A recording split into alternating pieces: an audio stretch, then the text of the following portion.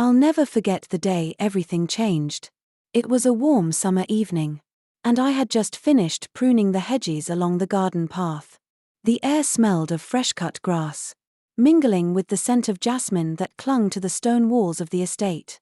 Preston Manor was always alive with a quiet kind of grandeur, elegant but never ostentatious.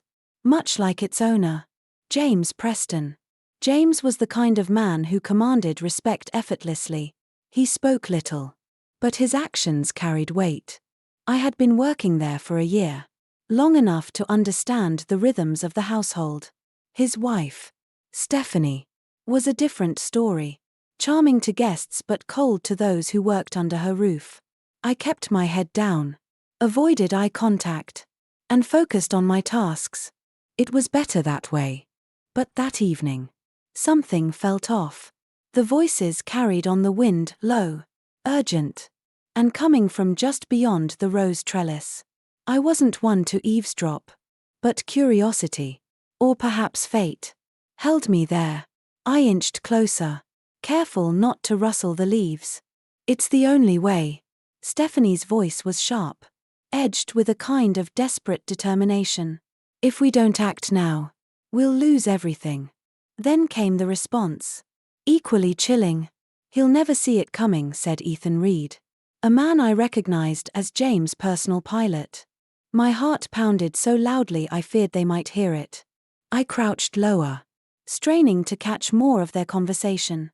What I heard next turned my stomach. They were planning to sabotage James' private plane, an accident that would leave no survivors. My mind raced. Should I confront them? Pretend I heard nothing? The stakes were too high. Losing my job would mean my family, already struggling, might not make it. But the idea of standing by and allowing someone's life to be taken, James' life, was unthinkable. I left the garden in a daze, my hands trembling as I gripped the handle of my bicycle. The ride home was a blur. My mother noticed immediately that something was wrong. "Jordan," she said softly, placing a hand on my shoulder. "You're carrying something heavy." I nodded but couldn't find the words. Over dinner, I sat in silence, replaying the conversation in my head. My father's voice broke through my thoughts. Steady and grounding. "Whatever you're facing, son, do what's right, even if it costs you."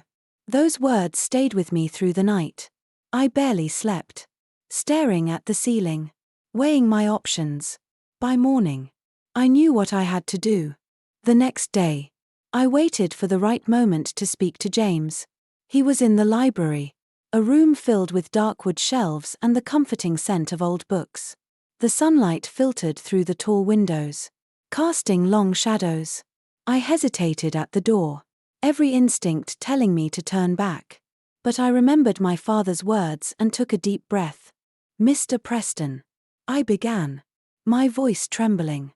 He looked up from his book, his gaze steady but curious. "I need to tell you something. It's important." James listened without interruption as I recounted what I had overheard. His expression remained unreadable, but I could sense the tension in the room. When I finished, he stood up, walked to the window, and gazed out for what felt like an eternity. "Are you certain?" he finally asked, his voice calm but with an edge that made it clear how serious this was. "Yes, sir," I replied, my hands clenched at my sides. He nodded, more to himself than to me. "Thank you, Jordan. You've done the right thing." That was the last we spoke of it that day. But the wheels were already in motion. James called for an immediate inspection of the plane. I didn't hear the details, but the mechanic later confirmed my fears. The fuel system and electrical wiring had been tampered with. When James approached me again, his demeanor had changed. There was a gravity to him, but also something else, respect. "You saved my life," he said simply. I didn't know how to respond. I wasn't used to being seen. Not in that way.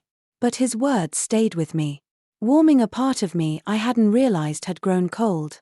That evening, as I walked home, the sky was painted in hues of orange and pink, a breathtaking reminder of how fragile life can be. I thought about the choices we make and the courage it takes to stand by them. In my heart, I knew this was just the beginning of something much bigger. James Preston wasn't just my employer anymore. He was a man whose life I had touched. And in doing so, he had changed mine. The path ahead was uncertain. But one thing was clear: we were in this together now, bound by a truth that could not be ignored. The next morning, I woke up with a feeling of unease. The world outside seemed brighter. Almost too bright.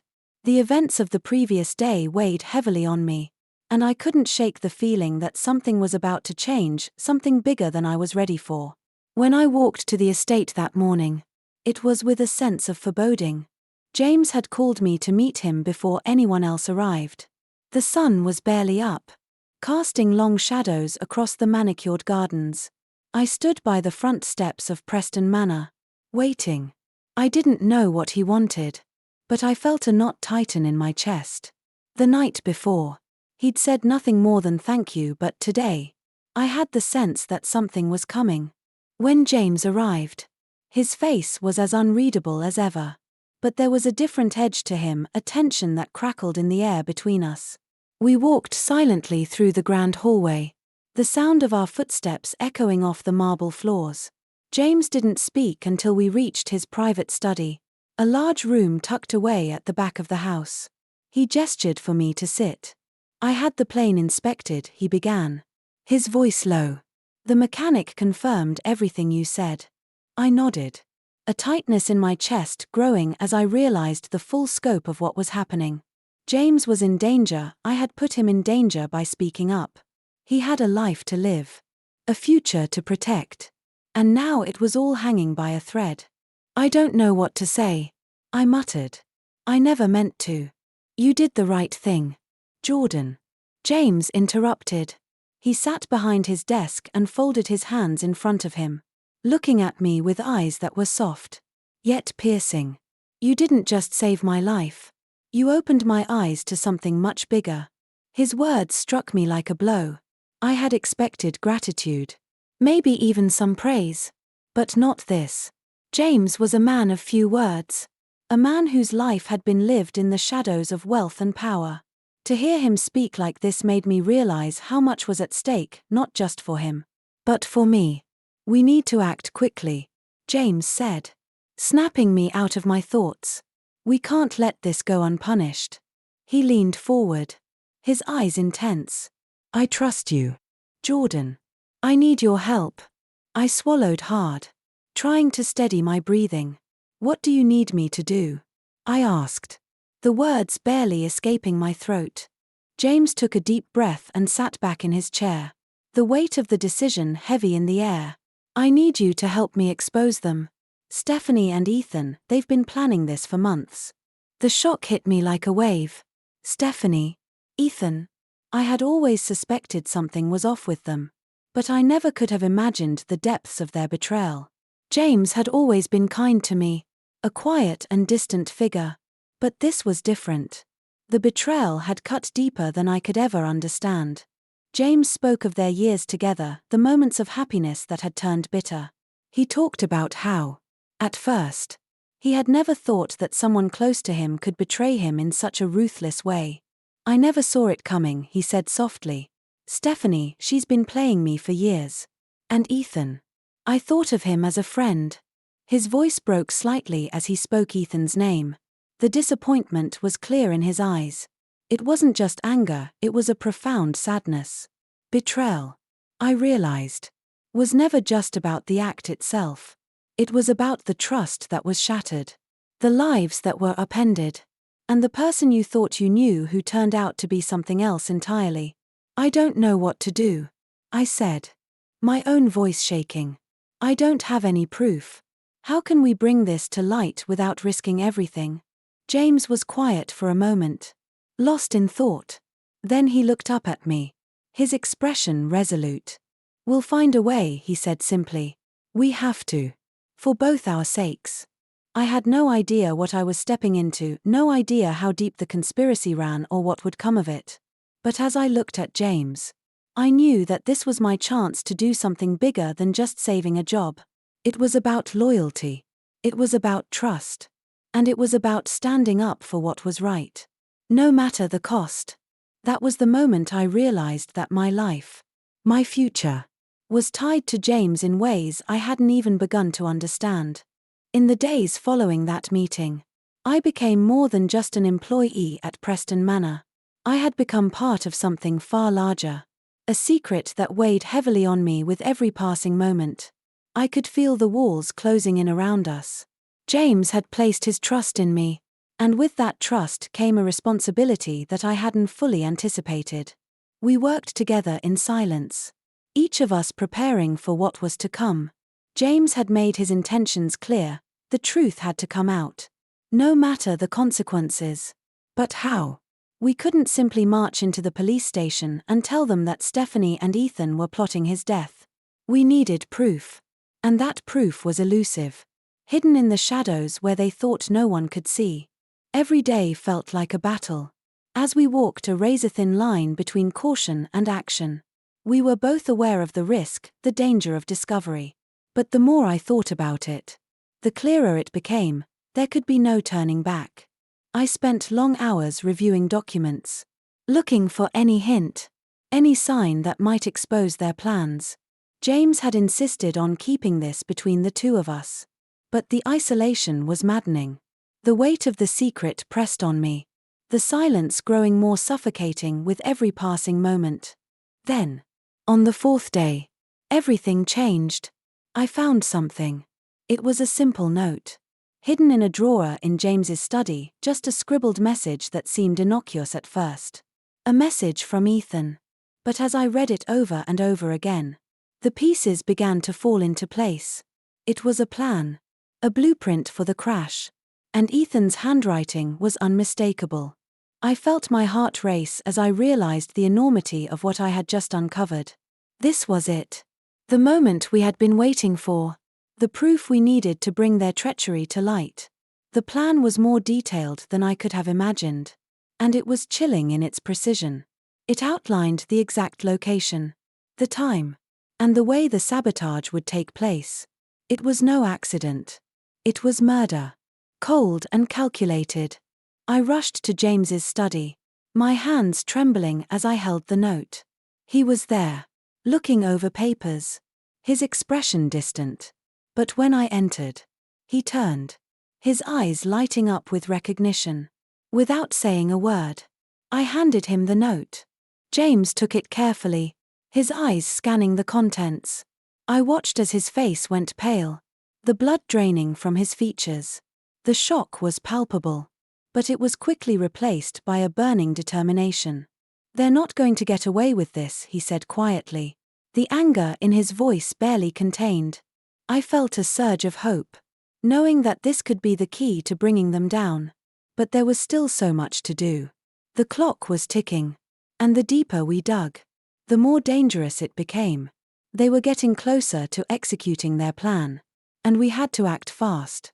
James wasted no time. He called in his closest associates, people he trusted with his life, and shared the evidence with them. He wasn't going to let anyone close to him suffer because of this betrayal. But as we talked strategy, one thing became clear: we couldn't do it alone. I had already seen the lengths to which Stephanie and Ethan were willing to go. And now it was up to me to take a stand. I knew, without a doubt, that my life would never be the same after this.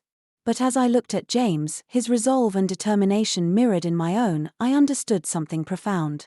This wasn't just about exposing a conspiracy or bringing criminals to justice. This was about standing up for what's right. No matter the cost. "I'm with you," I said, my voice steady for the first time since this all began. "We'll make sure they pay for what they've done." James gave me a firm nod, and I could see the gratitude in his eyes. But more than that, I saw something else. A new bond. One that went beyond employer and employee. One forged in the fires of betrayal and loyalty. We were in this together. And together, we would see it through to the end. The discovery of the plot had left us shaken. But it was only the beginning. James knew that revealing the truth to the authorities wouldn't be enough. Stephanie and Ethan had already shown themselves to be master manipulators, capable of deceiving anyone who got too close. If we wanted to ensure justice was served, we needed a plan. And not just any plan, we needed a way to turn the tables. To make them think they had one before we exposed them for the criminals they truly were. James had always been a calculated man, known for his sharp mind and his ability to see several moves ahead.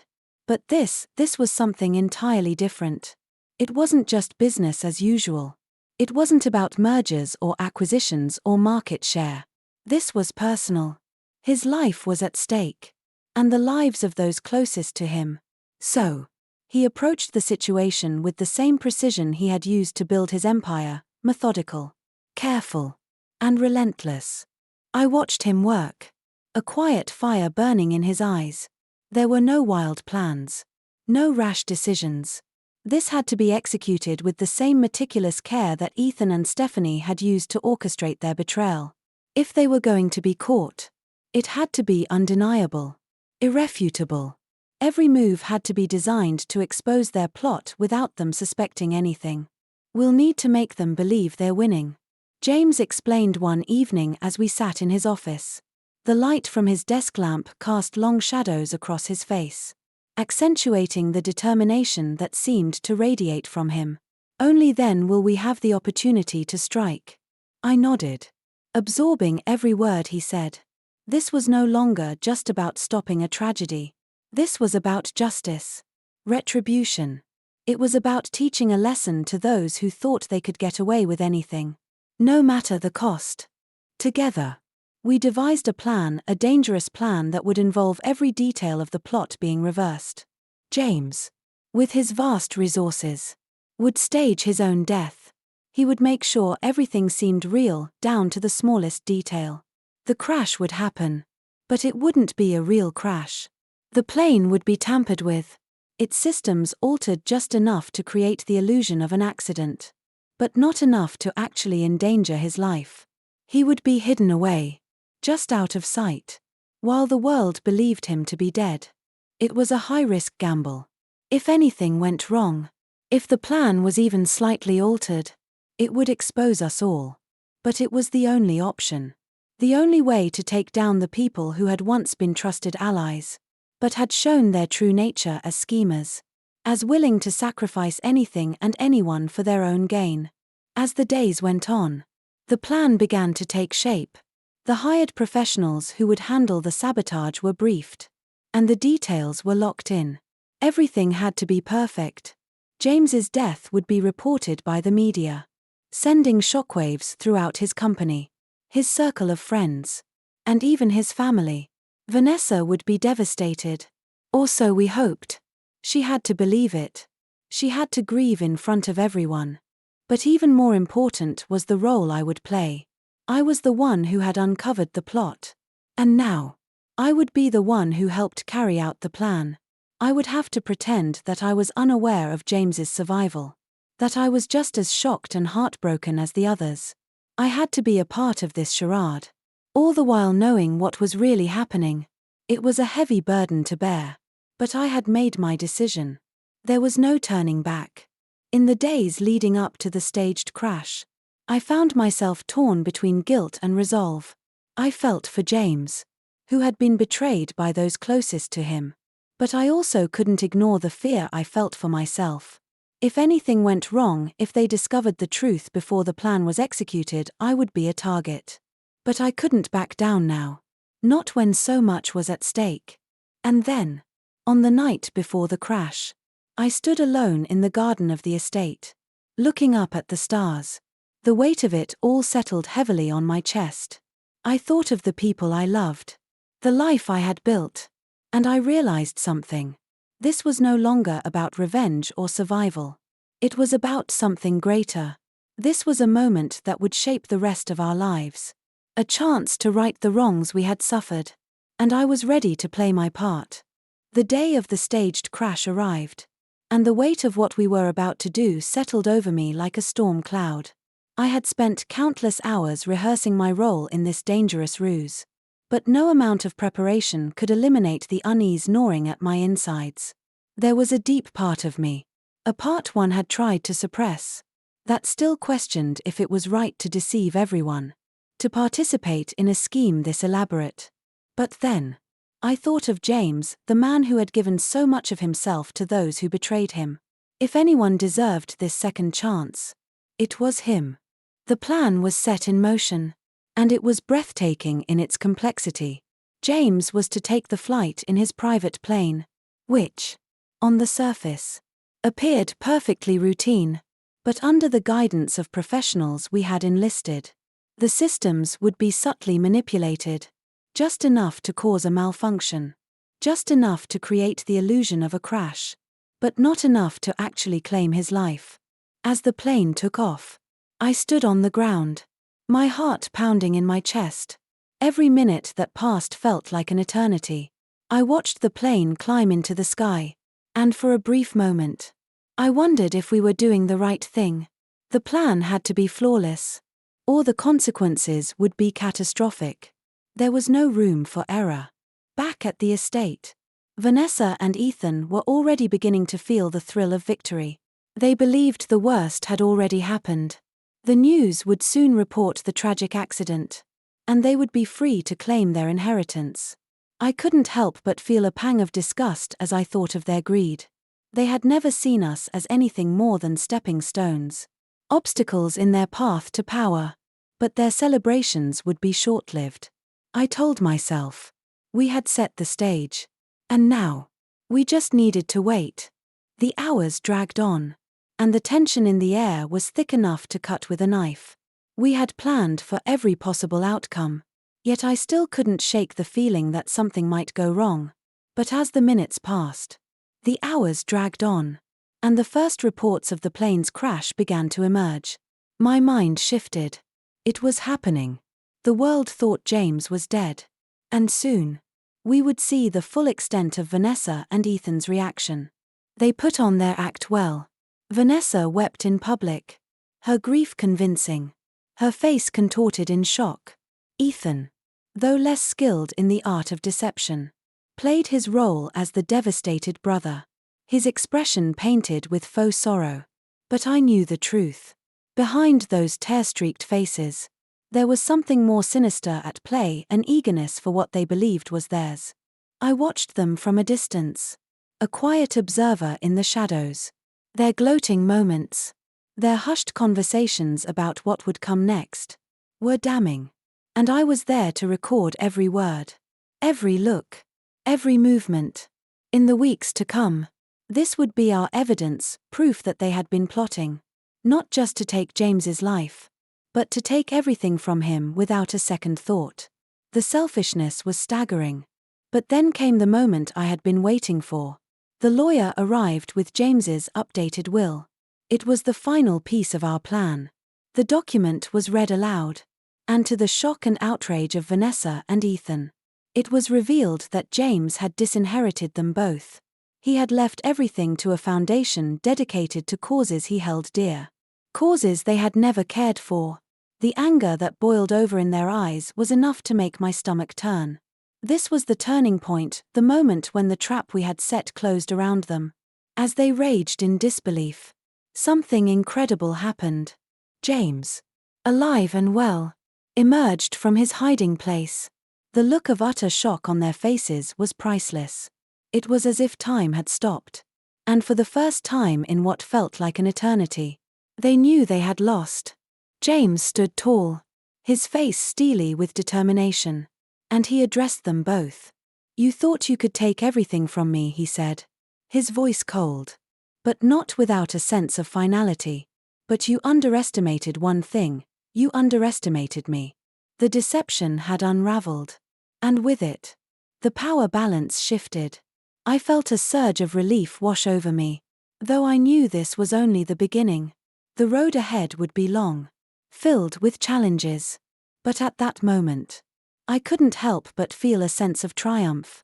For all their careful planning, for all their lies, they had been caught. But there was still more to be done. The legal battle would be fierce, the fallout inevitable. But the truth was out, and it was undeniable. James had survived. And now he had the evidence he needed to take back what was his, and to ensure that those who had betrayed him would pay for their actions. And for me, I knew that my role in this plan was just beginning. What had started as a desperate gamble had transformed into a fight for justice. And I was ready for whatever came next. The courtroom was a place of quiet intensity. Every glance, every murmur, carried weight as the truth of what had transpired unfolded. The consequences of Vanessa and Ethan's betrayal were becoming more real with each passing moment. And the charges against them were severe. They had tried to kill James not just for his wealth but to secure a future they believed was theirs by right.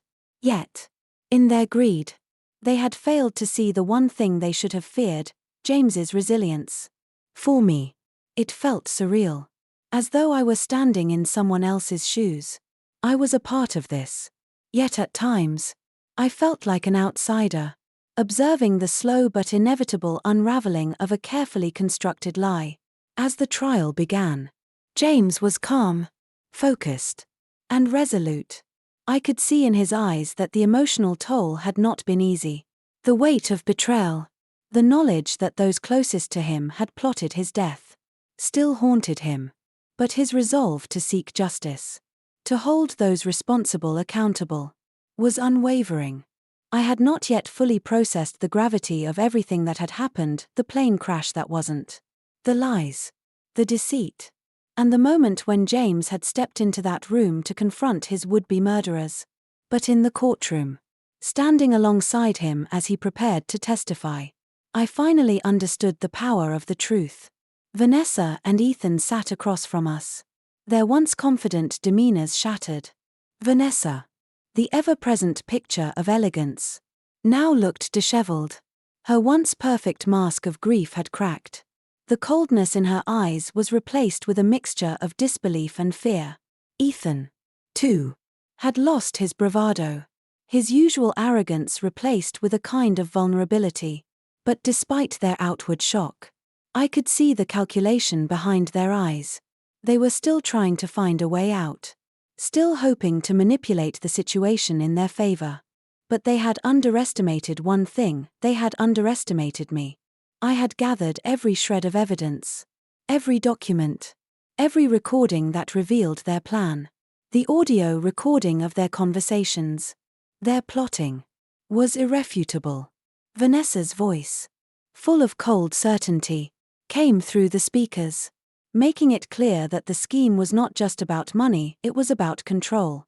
Their every word was a testament to their greed, their willingness to destroy a man's life for their own gain. As I stood there, watching the prosecution present the case, I felt a surge of pride. It wasn't just about holding Vanessa and Ethan accountable for their actions, it was about justice for James. Justice for the man who had been betrayed by those closest to him. For all the fear and uncertainty that had plagued me in the beginning. This moment of clarity, of truth, felt like a victory. James's testimony was both powerful and heartbreaking. He spoke not only of the physical threat to his life but of the emotional devastation he had felt. The betrayal was not just an act of violence, it was a personal wound. One that cut deep. But as he spoke, there was no bitterness in his words. There was a quiet strength. A resolve that came from knowing he was doing the right thing. The weight of it all was heavy, but he carried it with grace. When it was my turn to speak, I was ready. My voice shook only slightly as I recounted what I had overheard, what I had witnessed, and the role I had played in exposing their lies. I could feel the weight of their gaze on me, but I held steady. I had learned, through all of this, that standing up for what's right was far more important than the fear of consequences. In the end, it wasn't just about saving James, it was about saving myself, too. The moment when the verdict was read was one of the most profound of my life. Vanessa and Ethan were found guilty of attempted murder, of conspiracy, and of betrayal. The courtroom was still for a moment before a wave of relief swept over me. I had done it. We had done it. The truth had won, and justice had been served. In the days that followed, there was a sense of closure, but also a recognition that nothing would ever be the same. James had survived. And Vanessa and Ethan were now facing the consequences of their actions. But the real victory was not in their punishment, it was in the lessons we had all learned. That betrayal can come from the most unexpected places. But the truth has a way of finding its way to the surface. No matter how deep it's buried. And no matter how strong the storm. The light of justice will always break through. As the dust settled, James turned to me. "You did the right thing," he said simply, his voice filled with gratitude. And for the first time in a long while, I felt a sense of peace. The trial had exposed everything, the lies, the betrayal, the cold calculation behind Vanessa and Ethan's plan to murder James. But the truth wasn't merely a set of facts presented in court. It was a living, breathing entity, one that had spread beyond the walls of the courtroom and into the very core of our lives. For me, the most poignant part of all of this was the audio recording. The evidence that had finally cracked the entire conspiracy wide open. I can still hear the chilling voices from that night in my mind. Like a haunting refrain that refused to fade. The voice of Vanessa. Cold and certain. Her words like poison as she detailed their plans to sabotage James's plane. "It's the only way," she had said. Her voice steady. "He trusts me. He'll never see it coming." And Ethan's reply, it was even more chilling. "He'll never know what hit him." The casual malice in his tone sent a shiver down my spine even now. When I replayed that recording in court, it was as though time had slowed down. The room grew still. As everyone in the courtroom, from the judge to the jury, heard the exact same words that had once been spoken in secret. Behind closed doors. Vanessa's smug expression from earlier in the trial had faltered, replaced with something that resembled fear. Ethan, who had always been a picture of confidence, was visibly shaken. The weight of their own words had hit them hard. They realized, in that moment, that there was no escape. The truth was undeniable. But still, they tried to deflect. In a last-ditch effort to escape their guilt, Ethan tried to pin the entire plan on Vanessa. He painted her as the mastermind, claiming that he had been manipulated by her, that he had simply gone along with her scheme because he trusted her. His words were hollow, a desperate attempt to shift blame. "She's the one who always controlled everything," he said, his voice cracking under the pressure. "I didn't want to do this. She made me." Vanessa, not one to back down, immediately retaliated. "Ethan's the one who came up with the plan. He was the one who knew how to tamper with the plane systems," she countered, her voice sharp with accusation. "I was just helping him." The blame game continued, both of them throwing accusations back and forth, hoping to find an escape route. But there was no way out. The truth had already been laid bare for all to see.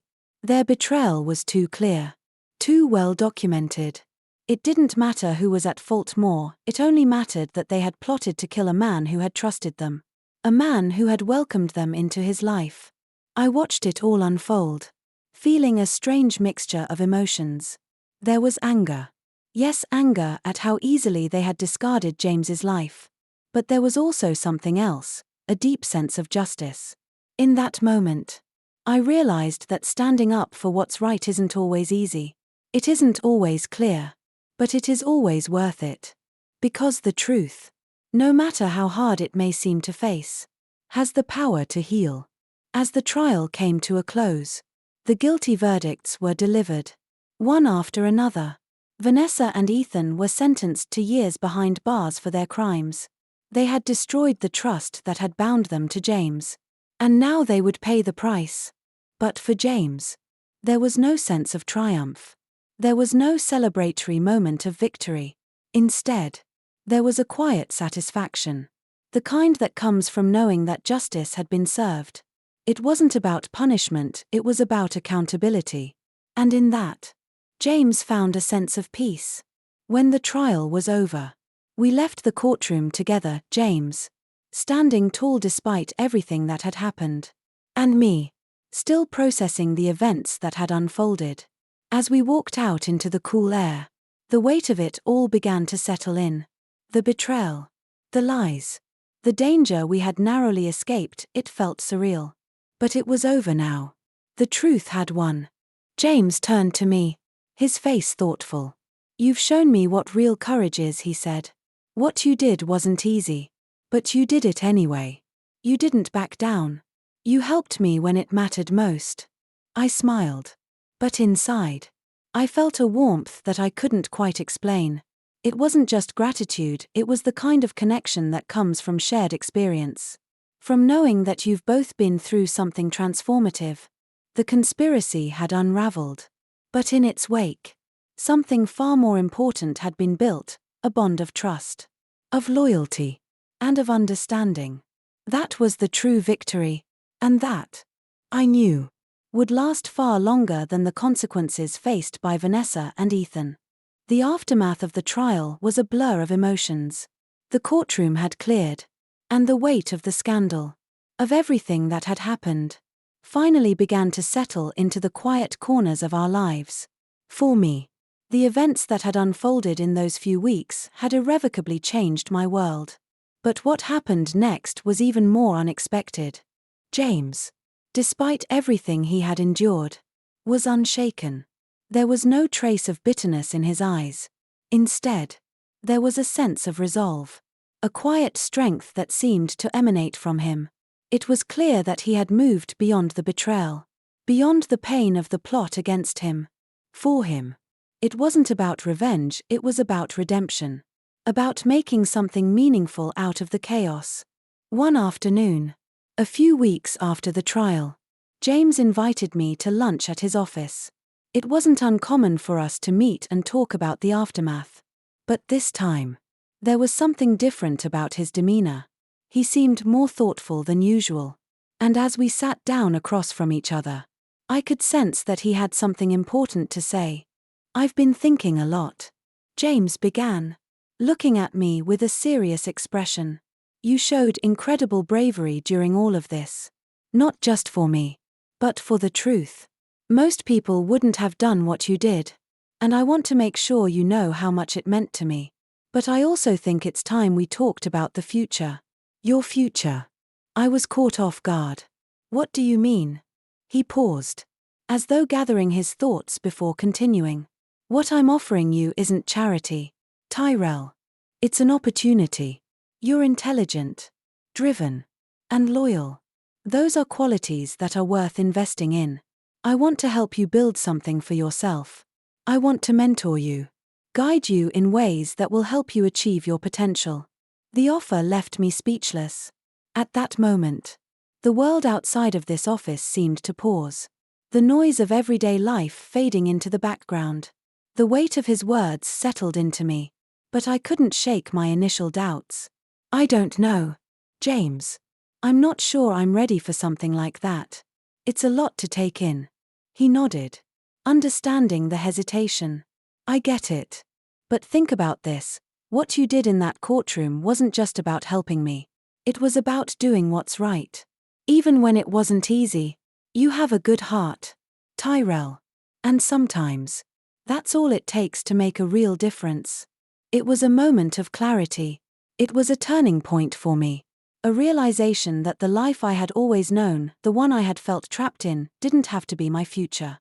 James was offering me a chance to grow, to break free from the limitations I had placed on myself. It was an opportunity to redefine my life. After some reflection, I decided to take the leap. It wasn't easy. I was scared, uncertain of what lay ahead. But deep down, I knew that this was my chance to break free from the past, to step into something bigger than I had ever imagined. With the encouragement of my family, who urged me to seize the opportunity, I accepted James's offer. As the weeks turned into months, I learned more than I ever thought possible. James became more than just a mentor. He became a father figure, someone who not only taught me about business but also about life. Through his guidance, I learned the importance of integrity, the value of hard work, and the strength that comes from standing by your values, no matter the cost. But it wasn't just about professional growth. I began to realize how much I had changed as a person. The experience had taught me lessons that went beyond business. I had learned that true courage isn't always about facing danger head-on, it's about making the right choices. Even when it's hard. It's about trusting in yourself and in the people who believe in you. In the years that followed, my life began to take shape in ways I never imagined. I found myself excelling in areas I had once believed were beyond my reach. I had a sense of purpose that was rooted in more than just success, it was grounded in a desire to give back. To make a difference the way James had done for me. The years that followed my decision to accept James's offer were filled with hard work, growth, and profound transformation. As I became more involved in the business world under his mentorship, I began to understand not only the intricacies of running a company but also the deeper values that made it truly successful. James taught me that leadership was about more than just achieving financial success, it was about fostering trust, building relationships, and having a lasting impact on the community. I quickly rose through the ranks in the company, my role expanding from an eager student to a trusted advisor. Under James's watchful eye, I learned the ins and outs of corporate decision-making, the importance of ethics in business, and the power of mentorship. But the most profound lesson I absorbed from him was the importance of giving back. James's influence stretched far beyond the boardroom. He wasn't just a businessman, he was a philanthropist, always seeking ways to support the next generation, particularly those from disadvantaged backgrounds. He had a vision that success wasn't just about profit, it was about creating opportunities for others.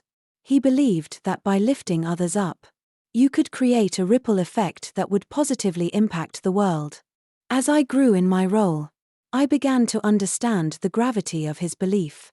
It wasn't just about the company's bottom line, it was about creating a lasting legacy that would inspire others to do the same. And so, we began to establish programs aimed at providing mentorship and educational opportunities to young people in our community. We funded scholarships, partnered with local schools, and set up internships for aspiring entrepreneurs. I remember the first gala we held to raise funds for our youth initiative. It was a grand event, filled with influential people from all walks of life. As I stood on stage that night, delivering a heartfelt speech, I realized just how far I had come. I was no longer the young, unsure boy who had stumbled into this world by accident. I had become a leader, someone who could now make a difference in the lives of others. The words I spoke that evening were not just for the people in the room, they were a message to myself. A reminder of how far I had come and what I stood for. Our mission, I said, is to pay forward the opportunities we've received. It's about giving the next generation the same chance to succeed, to thrive, and to build something meaningful. What James and I are doing here is not just about business. It's about creating a legacy that's defined by compassion, integrity, and opportunity. The applause that followed was overwhelming. But it wasn't the applause that mattered. What mattered was that, in that moment, I knew we had created something much bigger than just a business. We had created a community, a support system that would continue to grow, to inspire, and to provide the kind of opportunities that I had once been given. James, standing at the back of the room, looked at me with a proud smile. His work wasn't just about wealth or recognition, it was about creating a better world. And in that moment, I realized that the legacy he had built was now mine to carry forward. As the years passed, the work we started continued to grow. More and more young people found themselves with opportunities that had once seemed out of reach. Our initiatives flourished, and the company became synonymous with a commitment to social good. James's health began to decline, and though he no longer played as active a role in the day-to-day operations, his influence was still deeply felt in everything we did. Eventually, I found myself stepping into a larger leadership role, carrying on the vision he had started. It was a bittersweet transition. James had become not just a mentor, but a father figure to me, and the thought of continuing without him was daunting. But I knew that the lessons he had imparted to me, the values he had instilled in me, would guide me as I moved forward. Looking back, I understood more clearly than ever that the true measure of a person's life is not in their personal achievements, but in the impact they have on others. James's legacy wasn't just about the business we had built, or the wealth we had accumulated. It was about the lives we had touched, the opportunities we had created, and the values we had passed on. Together, we had built a legacy not just for ourselves, but for everyone who would follow in our footsteps. It was a legacy defined by compassion, integrity, and a commitment to helping others rise, just as I had once been helped. And as I stood there, looking out over the company and the community we had built, I knew that this was just the beginning. The journey I had embarked on with James was one that forever changed the course of my life. And as I reflect on everything that has come to pass, I realize that each character in this story carried with them their own profound lesson, one that they would carry forward and pass on to others. James's lesson was clear from the very beginning. He had built his empire not just with intellect and savvy, but with the intention of making the world a better place. His lesson wasn't about wealth or status, it was about the importance of giving back, of creating opportunities for others to succeed. He taught me that success, when shared, has a ripple effect. His legacy was not just in the fortune he amassed, but in the lives he touched, helping the youth, uplifting the marginalized, and mentoring those like me who once thought success was out of reach. His profound lesson was simple: true wealth lies in the positive change we inspire in others. For me, the biggest lesson was about transformation, the evolution from someone uncertain of his place in the world to a leader who could influence others. When I first met James, I was filled with doubt about my future. But through his mentorship, I realized that leadership is not about command, it's about influence, empathy, and integrity. James helped me see that the courage to do what is right, even when it's difficult, is the foundation of true leadership. I learned that we are not defined by where we start, but by what we choose to become. Vanessa, on the other hand, walked a much darker path. Her betrayal and manipulation were born out of a desire for personal gain, and her actions led to her downfall. She had been so consumed with ambition that she failed to see the cost of her choices, the relationships she destroyed, the trust she shattered. As I witnessed her unraveling during the trial, I realized her lesson was about the destructive nature of greed. Ambition without integrity leads to ruin. She had everything but lost it all because she neglected the very values that make success meaningful. In the end, she taught me that honor and honesty are the true currencies of success. Ryan, too, had his lesson. He was a man driven by his own desires, caught up in the web of deception with Vanessa. His betrayal was fueled by selfishness. Yet when confronted with the consequences of his actions, it became clear that he, too, was a product of his choices. In his attempt to shift the blame onto others, he revealed his inability to take responsibility for his actions. From Ryan, I learned that escaping accountability is a path to self-destruction. In the end, no matter how far we try to run from our mistakes, they will catch up with us. The truth always comes to light. Lastly, Tell, who had quietly stood by my side throughout the entire ordeal, became a symbol of unwavering loyalty and integrity. He never wavered in his commitment to the truth, even when it put him in danger. Tell's lesson was simple: loyalty and courage in the face of adversity are the hallmarks of true character. He taught me that standing by your values, no matter the cost, is the greatest measure of strength. As for me, I've come to realize that the lessons of the past are more than just words, they are guiding principles that will shape the rest of my life. The partnership James and I formed wasn't just about business, it was about creating something meaningful, something lasting. The legacy we built together continues to grow, not just in financial terms, but in the lives it impacts.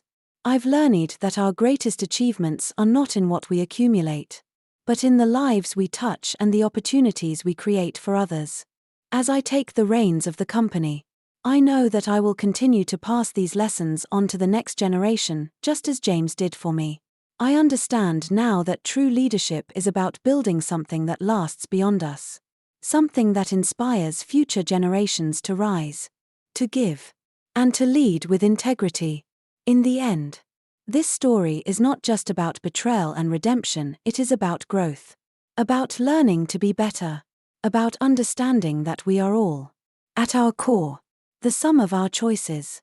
The path we choose may be difficult, but it is only through those challenges that we find our true purpose. I've learned that life, with all its hardships and victories, is about leaving a legacy of love, empathy, and unwavering principles. And that, above all, is the lesson I carry forward.